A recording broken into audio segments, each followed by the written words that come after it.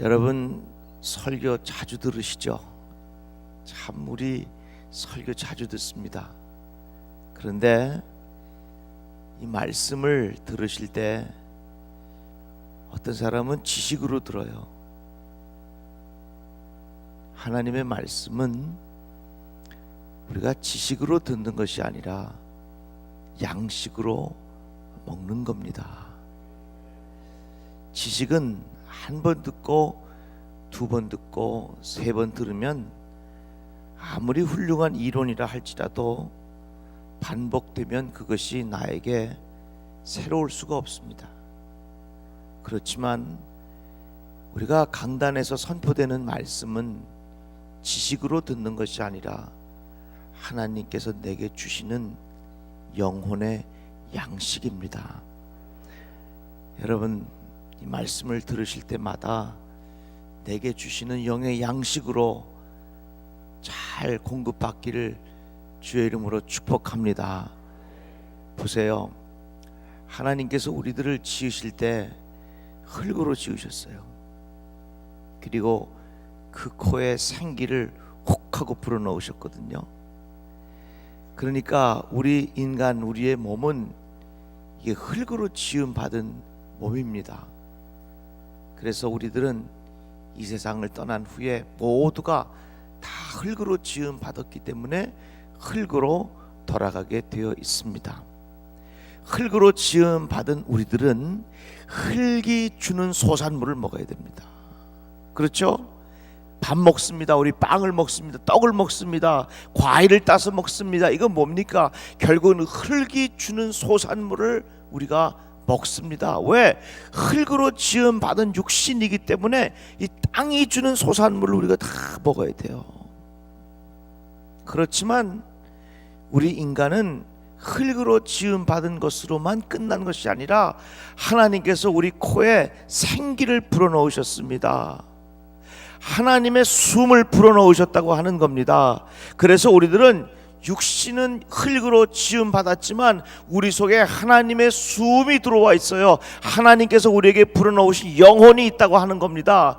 육신은 반드시 흙이 주는 소산물을 먹어야 되지만 하나님의 숨을 우리가 받아 마셨기 때문에, 하나님의 영혼이 내게 들어와 있기 때문에 우리들은 하늘의 숨을 받아 먹어야 되는 거예요.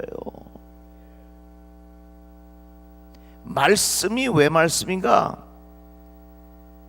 말은 말인데 말 속에 들어있는 하나님의 숨입니다. 그래서 말씀은 말 숨에서 나온 거예요. 하나님의 숨이 내 속에 들어와 있을 때에 내 영이 사는 겁니다. 자, 보세요. 사람이 죽으면 숨이 우리에게서 떠납니다. 의사 선생님들은 숨이 멈췄을 때 죽었다 말합니다. 그렇지만 성경은 내 속에 있는 영혼이 우리 육신으로부터 구별될 때, 분리될 때 죽었다고 말합니다. 엘리야가 죽었던 사람을 살려냈어요. 어떻게 됐습니까? 나갔던 영혼이 다시 그 몸으로 돌아왔을 때 다시 살았다 그랬습니다. 내가 지금 살았다 죽었다의 차이는 내 육신이 있다 없다 이것이 문제가 아니에요. 내가 지금 살아있다 죽었다의 차이는 내 속에 하나님의 숨, 하나님께서 불어넣으신 영혼이 내 속에 있느냐 없느냐, 이것이 살았느냐 죽었느냐의 구별이라 그 말입니다. 그런데 보세요, 우리가 죽으면 내 영혼이 내 몸을 빠져나가요. 숨이 나에게서 멈춰요. 그러면 우리들은, 육신은 예의를 갖춰서 장례를 치릅니다. 그러니까 사람을 사람답게 만드는 것은 내 육신이 아니라 내 속에 있는 하나님께서 불어넣으신 숨이라고 하는 겁니다. 하나님께서 내게 불어넣으신 영혼이 사람을 사람답게 만드는 겁니다. 나를 나답게 만드는 것이 내 속에 있는 하나님께서 불어넣으신 영혼이라고 하는 것입니다. 그래서 여러분, 영적 관리 잘 하면서 살아가시기를 주의 이름으로 축복합니다. 교회가 왜 중요합니까? 사람을 사람답게 만드는 내 영혼을 관리해 줄 곳은 바로 교회밖에 없어요. 그래서 이 교회가 소중한 겁니다. 그런데요, 참 신기한 것은 내 몸에 하나님께서 불어넣으신 하나님의 숨, 영혼이 내 속에 있어요. 제가 창세기 말씀을 읽으면서 참 깊은 깨달음을 받은 적이 있는데, 내 속에 반대로 영혼이 쏙 빠져나가면, 내 속에서 내 하나님의 숨이 빠져나가면 우리들은 뭐만 남냐면 흙만 남아요. 흙은 뭐가 되느냐? 결국은 뱀의 먹이가 되는 거예요. 창세기 말씀을 잘 보면 뱀이 저주를 받아서 너는 평생 흙만 먹어라, 성경 그러고 있거든요. 그렇게 말씀하고 있거든요. 그러나 여기에는 특별한 영적인 의미가 있습니다. 정말 여러분들 동물의 세계 보세요. 이 뱀이 별의별 거 다 먹습니다. 개구리도 잡아먹고 쥐새끼도 잡아먹고 별거 다 먹어요. 그런데 왜 뱀을 향하여 너는 흙만 먹는다? 여기에는 특별한 영적인 의미가 있다는 거죠. 내 속에 하나님의 숨이 들어와 있고, 흙으로 지음받은 내 속에 하나님의 숨이 들어와 있고, 하나님께서 주신 영혼이 들어와 있을 때 우리가 뱀의 먹이가 되지 않는데, 반대로 내 속에서 하나님의 숨이 내 속에서 빠져나가면 흙만 남으니까 우린 다 어떻게 되냐? 뱀의 먹이가 되는 거예요. 내 속에 하나님의 숨, 말씀, 하나님의 숨이 내 속에서 빠져나가면 우리 전부 다 악한 영의 먹이가 될 수밖에 없어요. 여러분, 세상의 사람들이 돈이 많으면 성공한 것 같지만 절대로 그렇지 않습니다. 아무리 돈이 많아도 그 영혼은 그 속에 하나님의 숨, 하나님께서 주시는 영적인 하나님의 말씀의 숨이 그 속에 없으면 결국 그 사람은 사탄의 먹이가 되고 맙니다. 내가 지식이 아무리 있다고 할지라도 내 속에 하나님의 숨, 하나님의 말씀이 내 안에 있지 아니하면 우리들은 뱀의 먹이가 되고 맙니다. 사탄의 먹이가 되고 만다, 그 말이죠. 그렇기 때문에 우리의 신앙 삶 속에서 하나님께서 주시는 이 말씀을 공급받는 것이 얼마나 소중한 일인지 몰라요. 하나님의 말씀이 여러분들의 심령 속에 충만하기를 주의 이름으로 축복합니다. 그래서 저희 교회는 여기 강단에 뭐라고 써놨냐면, 당신이 지금 전하는 말씀 하나님 나라의 생방송입니다, 이렇게 써놨어요. 우리 여러분, 오늘 말씀을 지식으로 듣지 마십시오. 하나님 나라의 생방송으로 들으십시오. 영의 양식으로 들으십시오. 말씀이 내 속에 들어와 있어야 악한 영과의 싸움에서 내가 이길 수 있다고 하는 영적 진리를 발견하시기를 바랍니다. 또한 하나님의 말씀은요, 공식이에요. 공식이 뭔지 아시잖아요. 공식은 수학 용어잖아요. 서로 다른 숫자를 집어넣어도 나오는 결과가 일정한 것을 공식이라고 말합니다. 3을 집어넣든지 100을 집어넣든지 1000을 집어넣든지 어떤 숫자를 집어넣어도 나오는 결과가 늘 일정해. 그것을 공식이라고 말해요. 성경은 하나님과 우리 사이에 공식이 기록된 말씀입니다. 아브라함 죽었어요. 요셉 죽었어요. 다윗도 죽었어요. 베드로도 죽었어요. 바울도 죽었습니다. 그러나 베드로에게 역사하신 하나님은 지금도 살아계세요. 베드로가 이렇게 했더니 하나님께서 이렇게 하시더라, 아브라함이 이렇게 했더니 하나님께서 이렇게 하시더라 하는 다양한 케이스가 이 성경 속에 기록되어 있다, 그 말입니다. 그래서 성경은 하나님과 우리 사이의 공식이에요. 여러분, 새해를 시작한 지 우리 얼마 안 되는데 우리 목양교회 만독하기 운동하죠? 여러분 성경 꼭 읽으시기를 주의 이름으로 축복합니다. 하나님의 말씀 깊이 묵상하십시오. 이같이 하나님의 말씀은 하나님과 우리 사이의 공식이에요. 오늘 제가 여러분들에게 스룹바벨이라고 하는 사람을 통해서 한 가지 공식을 전하려고 합니다. 하나님께서 스룹바벨에게 말씀하셨어요. 큰 산아 내가 무엇이냐? 스룹바벨 앞에서 평지가 되리라. 등산 좋아하십니까? 등산은 내가 올라가고 싶으면 올라가고 올라가다 힘들면 돌아오면 됩니다. 제가 몇 년 전에 우리 청장년들하고 저 대청봉을 올라가는데 오색 약수터로부터 올라갔어요. 이야, 등산 안 하다가 하니까 얼마나 힘이 드는지. 시작한 지 30분밖에 안 됐는데 가슴이 막 터질 것 같고 하늘의 별이 번쩍번쩍하는 거예요. 대낮인데 도저히 못 가겠는 거예요. 그런데 담임 목사 체면에 청장년들 수십 명 같이 가는데 힘들다고 내려가자고 할 수가 없잖아요. 그런데 사랑하는 제 아내가 옆에 가면서 나를 붙잡고 여보 너무너무 힘이 들어서 심장이 터질 것 같으니 못 올라가겠다고 자기 혼자 내려가겠다고 그러는 거예요. 그래서 근데 그 말을 좀 크게 해야 되는데 너무 작게 해서 그래서 내가 뭐라고? 심장이 아프다고? 들으라고. 그런데 시작한 지 얼마 안 됐는데 좀 같이 가야지. 그러니까 청장년들이 사모님이 안 좋으세요? 그러게 말이요. 여보 그래도 좀 갑시다. 그래서 내가 반 강제로 끌고 한 5분쯤 가는데 그 자리에 팍 주저앉는 거야. 못 가겠다고.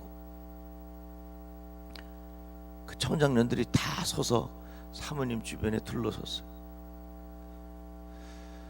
아무래도 사모님이 같이 산에 올라가기 어려울 것 같으니까 혹시 청장년 중에 한 사람이 좀 사모님 모시고 내려갈 사람이 있냐고. 그랬더니 청장년들이 뭐라 그래? 목사님, 누가 사모님을 모시고 내려가요? 목사님이 모시고 내려가야지 그러더라고요. 그래서 제가 아니야 나는 여러분들하고 올라가야 되는데 목사님이 모시고 내려가라 그래서 아주 그냥 떠밀려서 기쁜 마음으로 내려왔습니다. 등산이야 하다가 힘들면 내려오면 되는 거예요. 그렇지만 우리 인생에 계속해서 큰 산을 만날 텐데 이 앞에 있는 큰 산 힘들다고 내려오고 앞에 있는 큰 산 다시 한번 내려오고 앞에 있는 큰 산 또 내려오면 우리 인생은 계속해서 뒤로 밀려가게 되어 있습니다. 여러분 앞에 산이 있습니까? 여기 부자 동네에 사는 분들이 있기 때문에 여러분들은 아무런 산이 없을 것 같지만 나 다 알아요. 여러분들에게도 산이 있을 거예요. 자, 옆에 사람한테 인사하세요. 하는 거예요. 얼굴을 똑바로 쳐다보고 뭐라 그러냐면 당신도 참 문제가 많습니다. 이렇게 하면서 자 시작.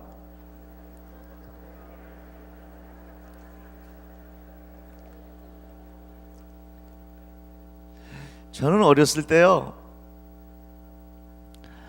어른들은 문제가 없는 줄 알았어요. 그 제가 시장 골목을 이렇게 따라서 재래시장 골목 따라서 학교 다녔는데 추운 날 가방 들고 시험 보러 학교 가면 얼마나 가기 싫습니까? 그런데 그 쌀집 아저씨는 따뜻한 아랫목에 앉아가지고서 요만한 창틈으로 이렇게 바라보면서 김이 모락모락 나는 쌀밥에다가 김을 한 장 얹어갖고 잡수는데 이야 굉장히 부럽더라고요. 저는 어렸을 때요 쌀집 아저씨 되려고 그랬어요. 그 쌀집 아저씨는 아무런 걱정이 없어 보였습니다. 그런데 웬걸요, 어른이 될수록 점점 갈수록 태산인 것 같아요. 아마도 연세가 점점 70, 80 되면 마음의 근심거리가 자꾸 줄어가야 되는데 아마도 줄지 않을 겁니다. 어떤 목사님이 목회를 하면서 또 속이 썩었어요. 속이 그냥 시커멓게 썩었대. 기도원에 기도하러 올라가는데 기도원 입구에 다 썩은 고목나무가 있더랬대잖아요. 발로 툭툭 걷어차면서, 야, 너도 목회하냐? 너도 목회하냐?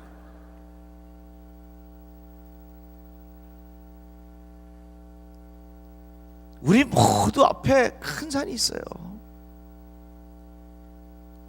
제가 예언을 잘하는데 하나 예언해 볼까요? 여러분 앞에 큰 산이 있는데 그거 지나면 더 큰 산이 있어요. 큰 산이 계속 있어. 우리가 하나님 앞에 기도하기를 내 앞에 큰 산이 없게 해달라고 기도하기보다는, 하나님, 내 앞에 큰 산이 나타나도 내가 극복할 수 있는 능력을 주시옵소서, 이렇게 기도하세요. 다 같이 아멘. 그런데 스룹바벨에게 하신 말씀, 큰 산아 내가 무엇이냐?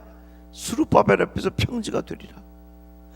저는 이 말씀을 보면서 도대체 스룹바벨이라고 하는 사람이 어떤 사람이기에 스룹바벨 앞에서 평지가 되리라 말씀하셨을까 참 궁금하더라고요. 이 스룹바벨은요, 이스라엘 백성이 바벨론의 포로로 잡혀갔을 때 거기서 태어난 사람입니다. 거기서 이 사람이 출세했어요.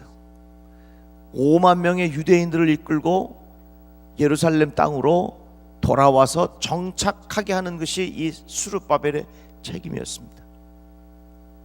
그래서 수많은 사람들을 이끌고 예루살렘 땅으로 돌아와서 정착을 하려고 그 지역을 잘 돌아보니까 예루살렘 성전이 다 무너져 내린 겁니다. 14년 전에 먼저 온 사람들이 성전을 세우려고 하다가 그곳에서 사마리아 사람들하고 갈등이 생겨가지고 예배당을 조금 짓다가 짓는 걸 포기했어요. 그 예배당 짓던 터는 잡초가 우거지고 성전이 황폐해야 대한 모습을 바라보면서 이 스룹바벨의 마음속에 막 영적 부흥이 일어나기 시작한 거예요. 이 스룹바벨의 가장 중요한 임무는 어떻게 하면 이 5만 명의 유대인들을 잘 정착시키겠는가, 이것이 스룹바벨이 해야 할 임무였습니다.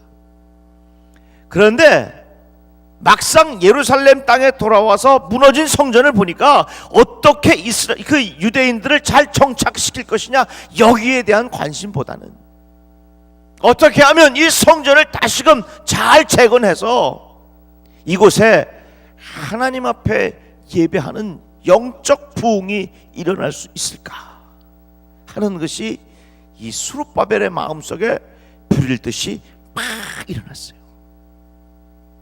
저는 이 말씀을 보면서 깨달은 것이 있습니다. 우리 앞에 큰 산이 있을 때에 여러분 어떤 방법으로 풀어가려고 하십니까? 스룹바벨이 똑똑한 사람이라 스룹바벨 앞에서 평지가 되리라, 그런 거 아닙니다. 스룹바벨이 정치적인 권력이 있었기 때문에 그 권력 앞에서 평지가 되리라, 그런 사람 아니었습니다. 스룹바벨이 많이 배웠기 때문에 그 지식 앞에서 평지가 되리라, 그런 거 아니었습니다. 단 한 가지, 이 스룹바벨의 마음속에는 영적 부흥을 사모하는 거룩한 열정이 그의 마음속에 있었다, 그 말이에요.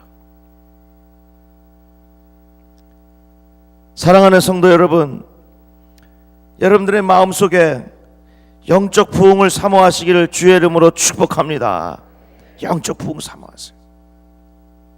하나님, 내 마음에 영적 부흥이 일어나게 하여 주시옵소서. 하나님, 내 마음에 주님을 향한 뜨거운 애절한 간절한 기도가 있게 하여 주시옵소서.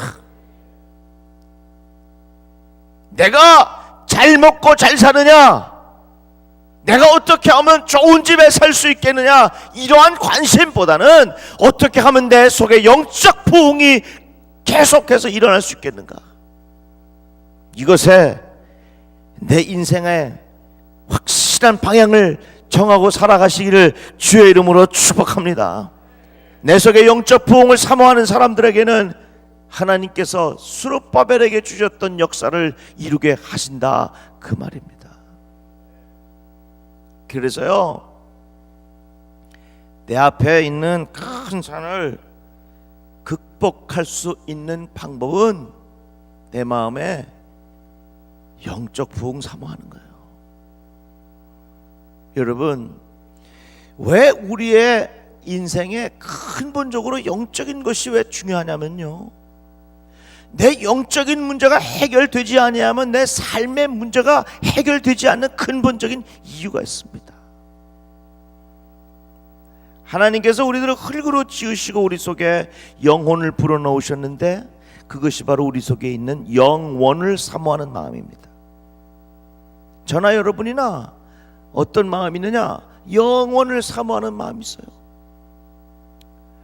우리가 죽음을 두려워합니다. 여러분 다 죽음 두려워하시잖아요. 저도 마찬가지예요. 왜 우리가 죽음을 두려워합니까? 영원을 사모하는 마음 주셔서 영원히 살고 싶은 마음 하나님 주셨는데, 죽음이라고 하는 것이 그 영원으로 가는데 단절된 것 같으니까 죽음을 두려워하는 이유가 거기 있는 거예요. 칼 마르크스가 동물의 세계를 가만히 보니까 동물들은 먹는 거 다 균등하게 나눠주면 싸우지 않고 잘 살아. 그래서 마르크스가 무슨 생각했냐면, 사람 사는 공동체에도 먹는 것을 균등하게 분배하면 이 인류의 평화가 오겠구나, 그렇게 생각했습니다.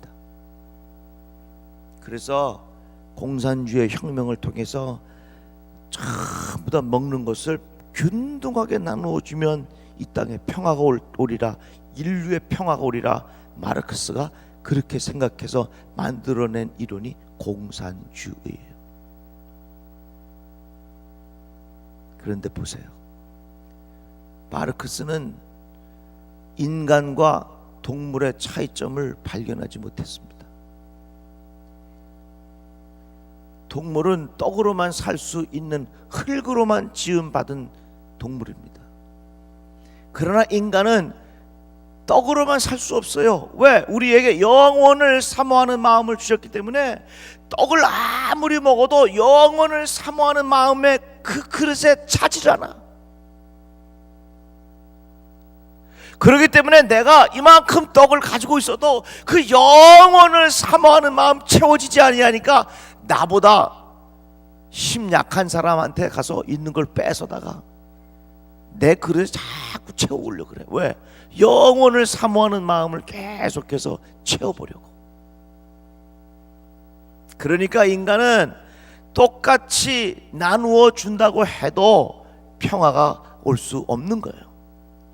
왜? 인간들의 마음에는 영원을 사모하는 마음이 있기 때문에 내가 힘이 있으면 힘 없는 사람의 것을 빼앗아서라도 영혼을 사모하는 마음을, 뭔가를 자꾸 채우고 싶어하는 마음이 인간에게 있기 때문에 그렇습니다.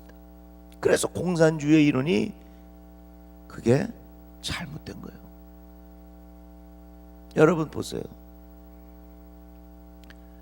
요즘에 얼마나 편리해졌습니까? 내비게이션 참 편리해요. 여기서 서울역 간다 그러면 다 서울역 설정해 놓으면요, 이렇게 알아가지고서 다 안내를 해요. 요즘에 형님 버전도 있잖아요. 형님 500m 앞에 카메라 있습니다. 형님 이러고 나온다고.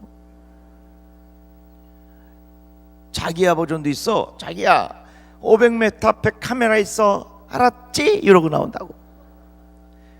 그러다가 속도 안 줄이고 쫙 가면요, 자기야 조심해 조심해, 카메라가 다가오고 있어요, 조심하세요. 이러다가 카메라 속도 안 줄이고 싹 지나가면요, 자기가 삐져갖고 거봐 딱 집어놨잖아 이러고 나온다고.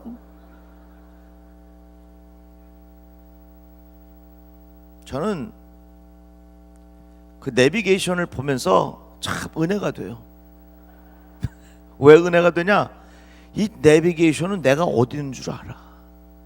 사람이 만든 기계도 내가 인공위성을 통해서 어디 있는 줄 안다면 우리를 지으신 하나님께서 내가 어디 있는지 모르시겠어요? 그만큼 이 세상은 참 편리해졌어요. 여러분 보세요. 과학기술로 우리들을 편리하게는 만들 수 있지만 과연 우리 속에 평안함이 있습니까? 평안함이라고 하는 것은 영혼을 사모하는 마음에 하나님이 들어와 계셔야만 주시는 마음이 평안함입니다. 인간이 그 평안함의 모조품을 만들었는데 그것이 바로 편리함이야. 편리함은 있을 수 있어도 평안함은 하나님 주시는 선물이에요. 왜? 영혼을 사모하는 마음에 하나님 들어와 계셔야만 근본의 문제가 해결되기 때문에 그렇습니다. 요즘 얼마나 재밌어요. 이 젊은이들 스마트폰 쓰는 거 보면 참 재밌습니다. 요즘에 나온 어플리케이션 중에 그걸 갖다가 머리에다 탁 대면 이 사람이 무슨 생각하고 있는지 여기서 나온대. 제가 조만간에 우리 교인들 예배 끝나고 나가는 사람 한 번씩 다 대보려고 그래. 이러고서 무슨 생각하고 있는가. 세상이 참 재밌어졌어요. 여러분, 재미는 줄 수 있어도 과연 우리 속에 내 깊은 곳에서부터 샘솟듯 넘쳐 흐르는 기쁨이 있습니까?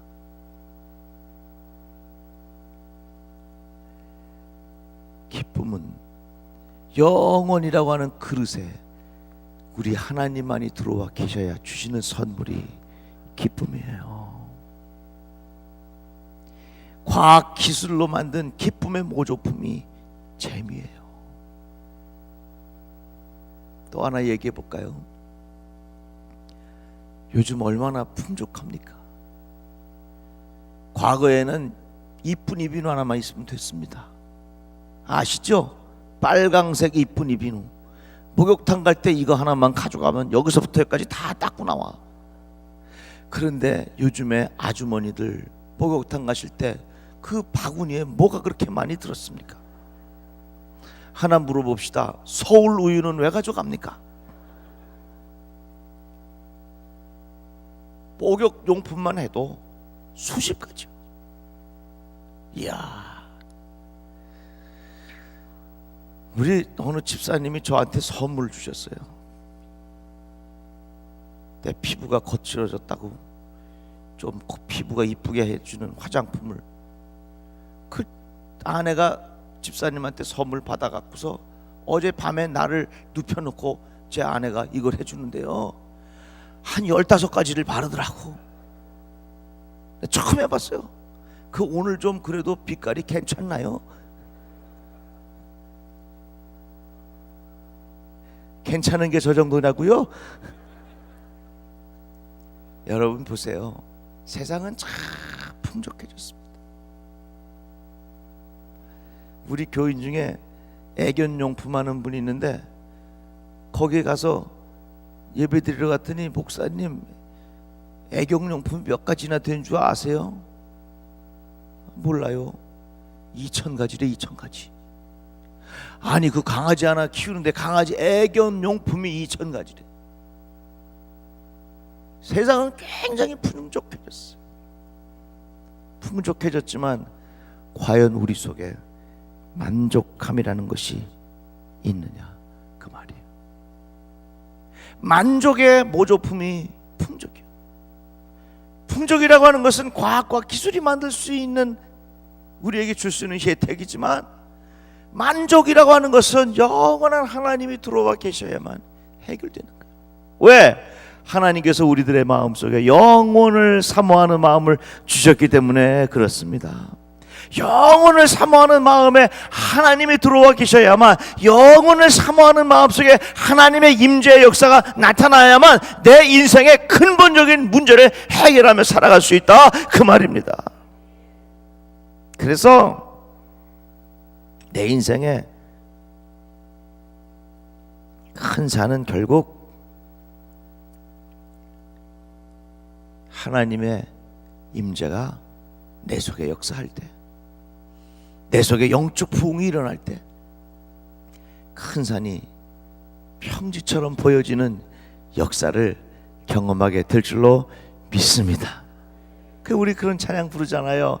높은 산이 거친 들이 초막이나 궁궐이나 내 주 예수 모신 것이 그 어디나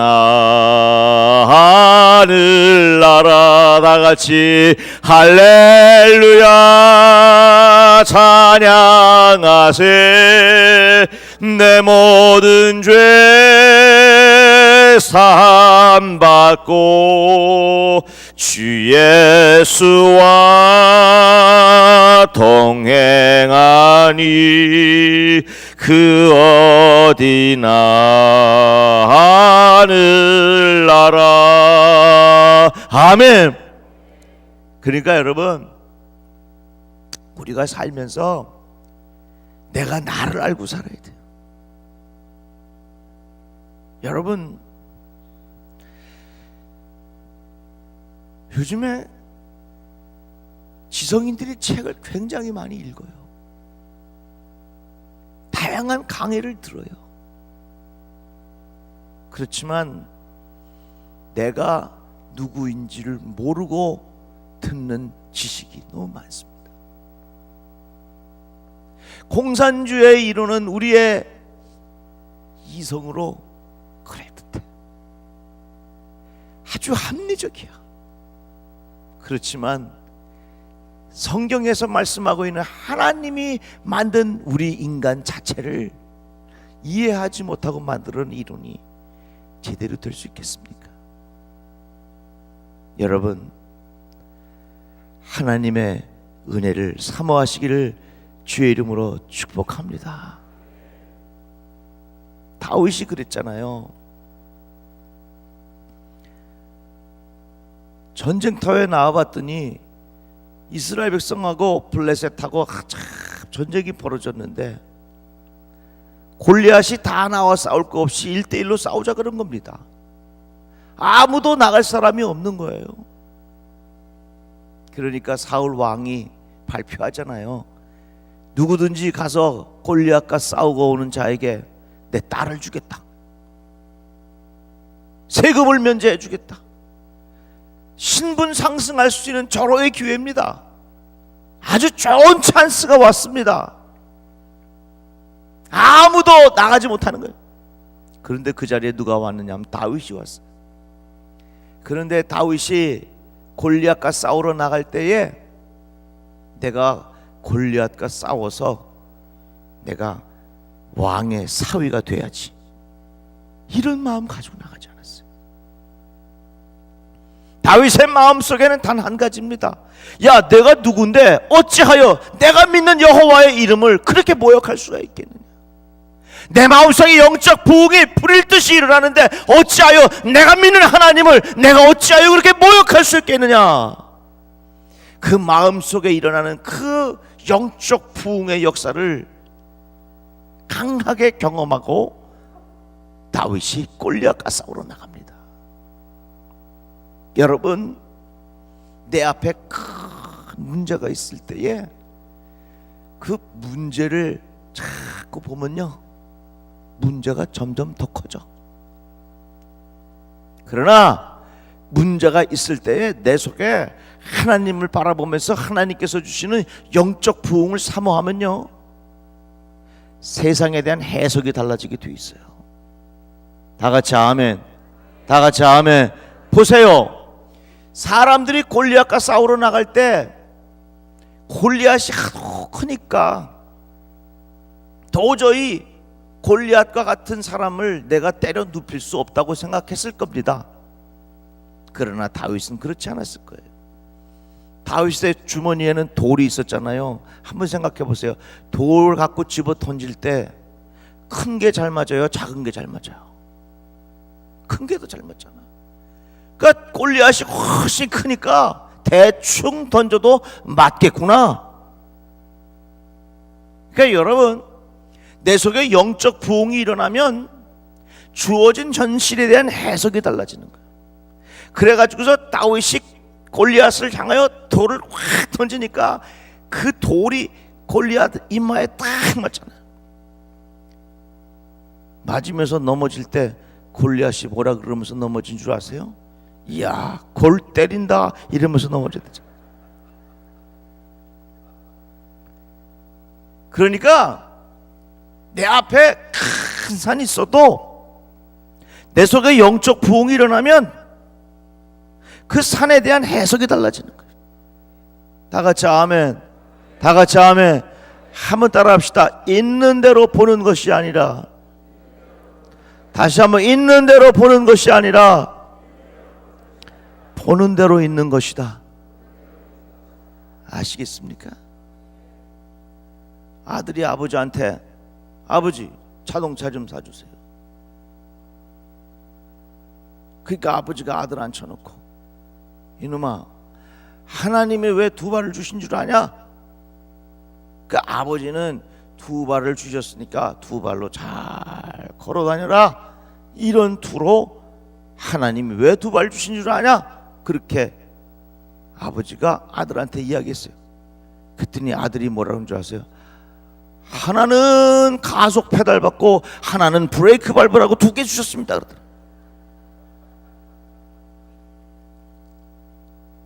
그러니까 있는 대로 보는 것이 아니라 보는 대로 있는 거예요.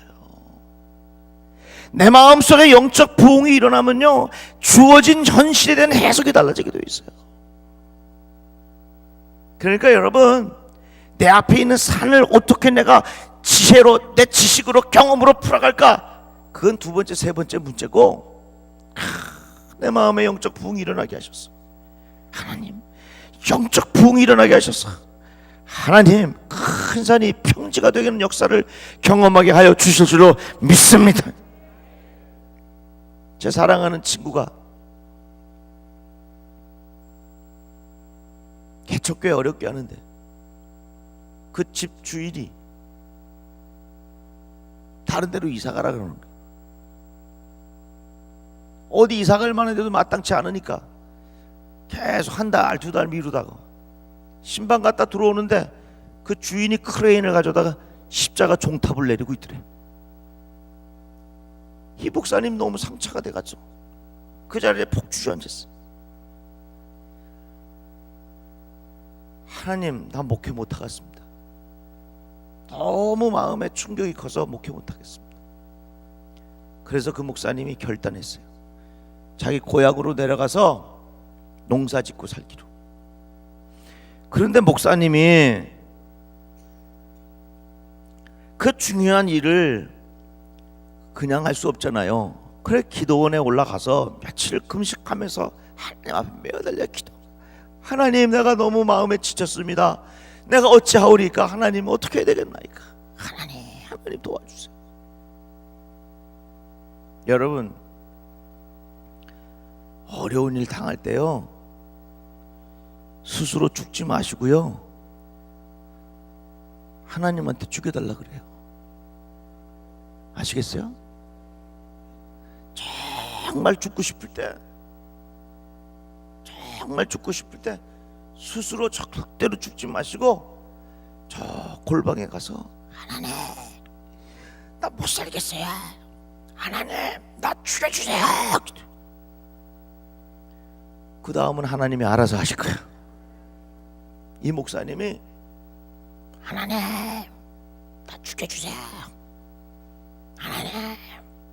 나 도저히 못하겠어. 이렇게 애절하게 기도하고 내려왔어요. 내려와 보니까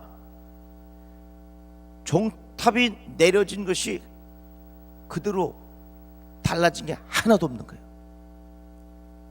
그런데 그 목사님이 내려와 보니까 달라진 건 하나도 없지만 현실에 대한 해석이 달라졌대.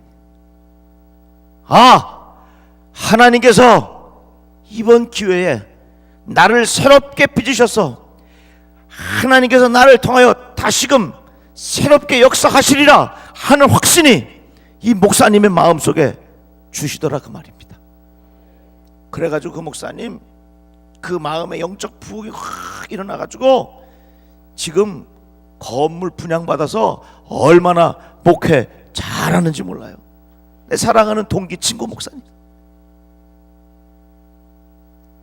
내 앞에 큰 산이 있어도요,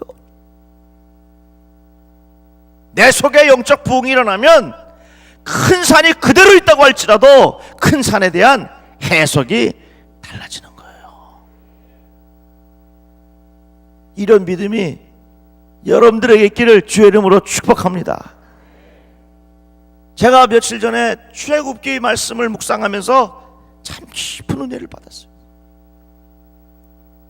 모세가 하나님에게 부름을 받아서 바로왕 앞에 서게 됐습니다. 하나님, 난 말도 못하고 덜덜덜덜 떨려서 난 아무것도 못해요. 모세에게도 큰 산이 앞에 있었죠. 그럴 때 하나님께서 모세에게 뭐라 그러냐면, 네 손에 뭐가 있냐? 지팡이가 있습니다. 한번 던졌더니 뱀이 됐어요. 다시 잡아라. 잡았어요. 내 손에 뭐가 있냐? 내 손을 품에 넣어봐라. 넣었더니 문득이 손이 됐어요. 다시 넣어봐라. 정상적인 손이 됐어요. 여러분, 하나님의 기적을 다른 데서 찾지 마세요. 이미 하나님의 놀라운 기적은 여러분들의 손 안에 있는 줄로 믿으시기를 주의 이름으로 축복합니다.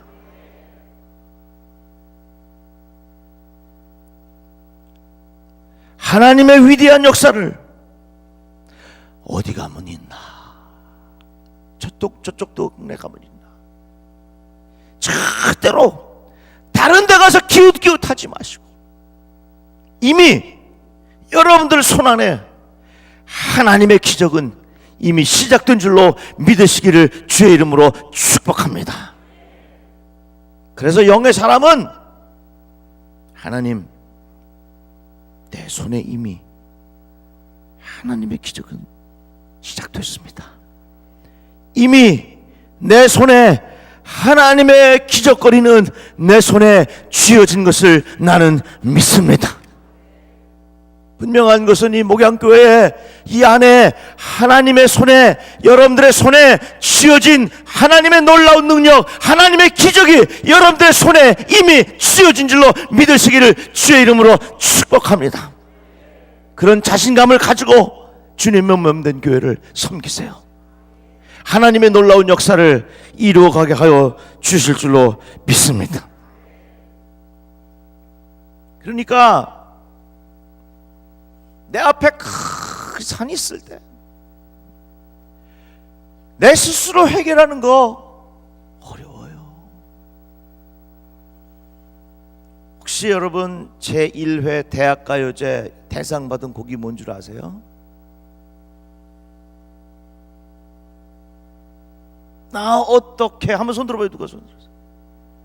나 어떻게? 예, 여기 파란 옷 입으신 어떻게 되세요? 이름이 정 집사님? 정 권사님, 나 어떻게 한번 좀 불러주실래요?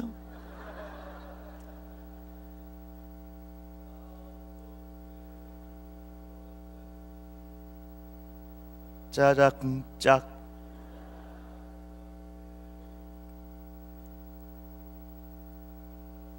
땅땅땅땅땅땅땅 이런 거요.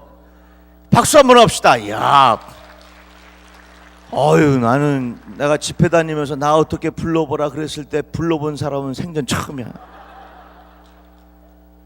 근데요, 저도 기타 치면서 나 어떻게 너 갑자기 가버리면 그건 안 돼, 가지 마라, 가지 마라, 막 이렇게 부르고 땅땅땅땅땅땅땅땅땅 누구 몰래 다짐했던 사랑이 있었나. 상냥했던 내가, 다정했던 내가 그럴 수 있냐. 이게 뭐냐면 사랑했던 사람이 있는데 고무신 거꾸로 신고 도망갔다 그 말이야. 그래서 어떻게 하냐 그 말입니다. 권사님 맞죠? 이 노래예요. 그래서 맨 끝에 어떻게 하냐면 나 어떻게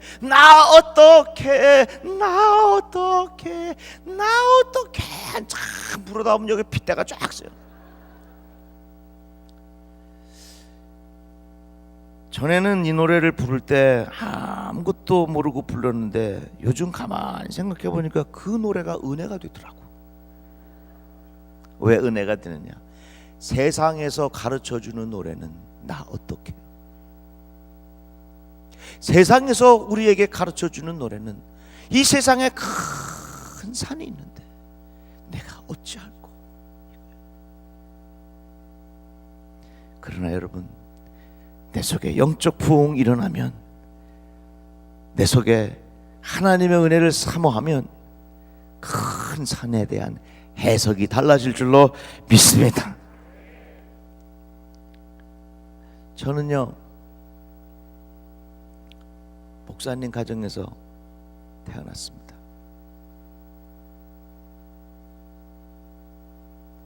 그래서 어렸을 때 어머니 뱃속이 신학교요.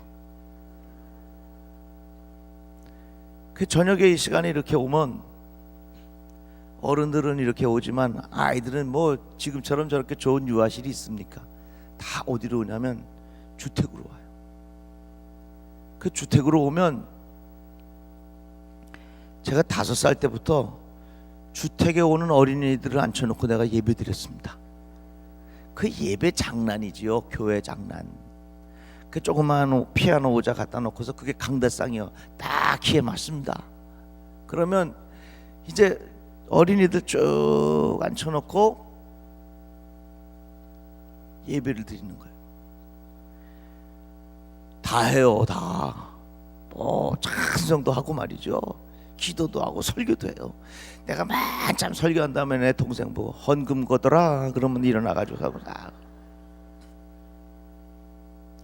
그리고 예배 딱 끝나면 저 우습게 보지 마세요. 조금만 자매가 와서 목사님 나 여기 아파요 기도해 주세요. 그러면 5살 때부터 내가 안수기도 했다니까. 우리 아버지 하는 거 보고서 말이지. 죄요 그쵸 죄 시옵소서 그러고 지냈어. 그러니까 어렸을 때부터 아무 일도 안 하는 것 같이 놀면서 어머니 아버지가 교인들하고 상담하고 하는 이야기를 다 들었어요. 그러니까 아프리카 사람들에게는 그 피에 리듬이 흘러간다 그래요. 그래서 음악이 나오면 가다가 막 춤을 춘대. 제가 교만한 표현을 할까요? 제 몸속에는 목회의 감각에 피가 흐르는 것 같아. 아주 굉장히 그만하지. 그런 마음의 자신감이 저에게 있었어요. 그러다가 감신 가서 공부하고 미국 가서 공부하고 그리고 이제 교회 돌아와서 이제 목회를 하는데 굉장히 목회에 대한 자신감이 저에게 있었습니다. 잘할 수 있다. 그런데요, 제가 목회하는 과정 속에서 그 모든 것이 완전히 허물어진 적이 있었어요. 언제냐면 제가 2000년에 담임이 됐는데 2001년에 IMF 그때 우리 교회가 시장 한가운데 있다가 지금 현재 있는 아주 좋은 자리로 이사를 하게 됐어요. 우리 교회가 시장, 재래시장 한복판에 있으니까요 어려움이 많은 겁니다. 주차장 자리가 넓어도요 교인들이 차를 가져올 수가 없어. 금요일날 심야기도 때문요 재래시장에 떠리를 파느라고 떠리 하느라고 교인들이 심야기도 올 때면요 전부 다 장을 한 번씩 저기서부터 쫙 봐가지고서 교회로 들어와요. 그러면 교회 그 마루방 기도하는 방에 들어갔는데 그 신발장에는요 까만 봉지가 수백 개가 쫙 있어요. 이게 다 장바 갖고 온 거예요. 근데 그것도 자기 거 찾아가는 거 보면 참 희한해요. 그런데 어느 날 사고가 난 거예요. 어떤 분이 저 부천에 사는 분이 그 다음날 만두를 쪄먹으려고 만두를 사놨는데 그 옆에 똑같은 봉투에 거긴 뭐가 들어있냐면 다 떨어진 신발이 들어있었던 거예요. 이 앞에 분이 만두를 집어가고 만두를 사는 분이 신발을 만두인 줄 알고 집으로 가져갔어요. 집에 가져가서 냉장고에 그걸 다 그냥 모셨던 거예요. 그 다음날 딱 꺼내갖고서 먹어보려니까 다 냄새나는 신발이 들어있었단 말이죠. 이런 재미있는 일도 있었어요. 교회가 그렇게 큰 교회가 거기 있어도요 사람들이 교회가 거기 있는지 몰라요. 왜냐하면 재래시장은 전부 다 이 햇빛 가리개를 전부 쳐가지고 위를 안 봐요. 다 지나가면서 오늘은 꽁치가 싱싱한가 고등어가 싱싱한가 콩나물이 어디가 싼가 이런 거 보느라고 위에 못 보는 겁니다.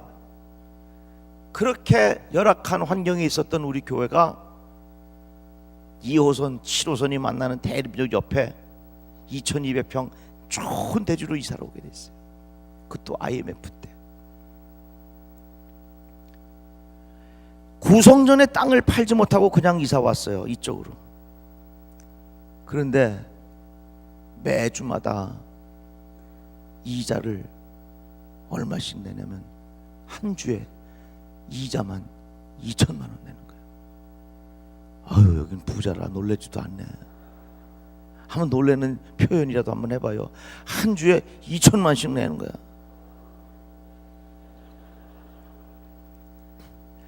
매주마다 2천만 원씩 이자를 내야 되는데 주일 아침이면 눈을 탁 뜨면 오늘은 감당할 수 있을까? 여러분 담임 목사가 주일날 교회 가기 싫은 심정을 아십니까? 왜? 예배 드리는 것이 싫어서가 아니라 하도 그 짐이 무거워서.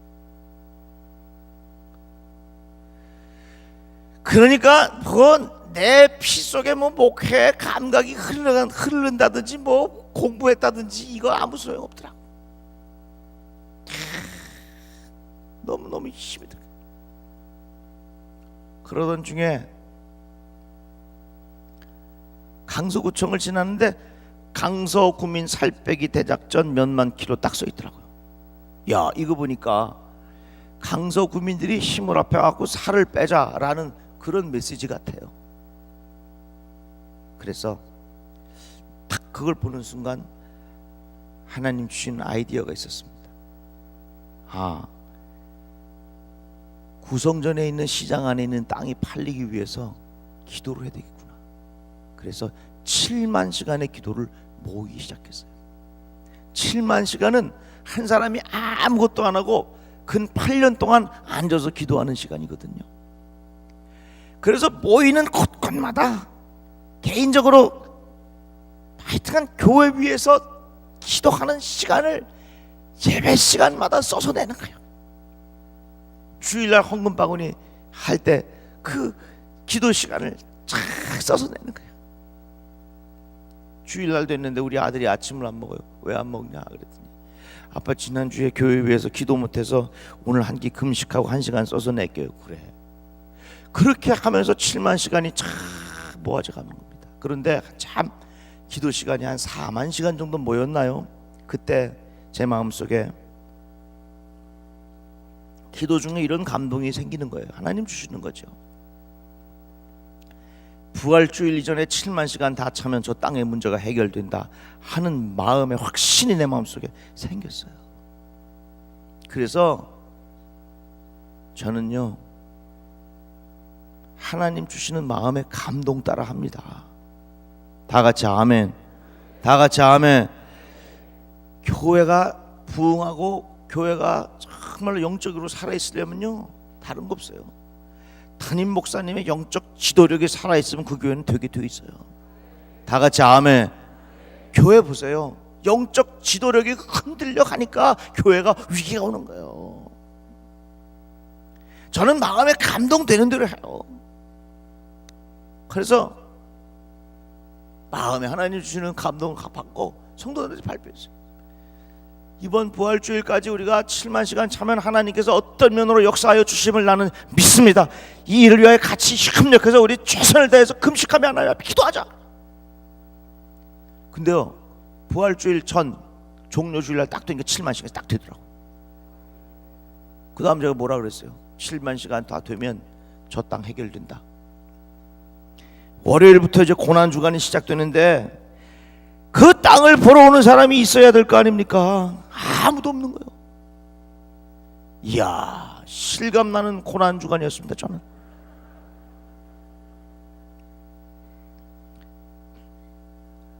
그러다가 금요일날 성금요일인데 저도 기도하다가 지쳤어요. 하나님 어떻게 하십니까? 근데 금요일날 2시쯤 됐는데 구청장님이 직접 전화를 하셨어요. 광 목사님 안녕하세요. 예, 그 구로시장 안에 있는 그 예배당 터를 우리 구에서 매입을 하려고 하는데 혹시 목사님 그 땅을 파실 의향이 있습니까? 이러고 전화한 거야. 그래가지고 제가 할렐루야 구청장님 고맙습니다. 우리가 이 일을 위해서 오랫동안 기도해 왔는데 드디어 구청장님 우리의 기도를 하나님께서 들어주셨군요. 내가 이렇게 말할 수가 없잖아요. 구청장님한테 나도 체면이 있지. 그래갖고 아 그러십니까? 이 마음을 쫙 하다 보면서 구청장님 우리가 눈물 흘려 사용하던 그 땅이 지역 주민을 위해서 사용된다면 저도 나쁘지 않다고 봅니다.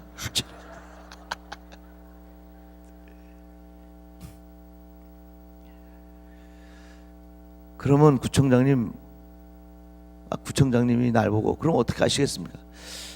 그래도 이 중요한 일이니까 제가 그래도 몇몇 장로님들하고 좀 의논을 좀 해야 될 것 같은데 뭐 그럼 그렇게 하시죠. 확 끊어버리면 어떡할 거예요? 아 다시금 말을 이어가지고 구청장님 그 뭐 우리 장로님들하고 제가 추후에 상의하도록 하고 이게 중요한 일이니까 우리 사무장 장로님 보낼 테니까 빨리 구청장님 거기다가 그래도 구청장님 뭐 서류 하나 해서 도장이나 하나 찍어주세요. 왜냐면 나도 그게 있어야 교인들한테 얘기할 거 아닙니까? 그래가지고 우리 장로님이 흘레벅딱 가다가 와가지고서 서류를 하나 딱 만들어가지고 왔어요. 내가 그걸 붙잡고 하나님 앞에 탁 신동시에 춤을 췄다는 거 아닙니까?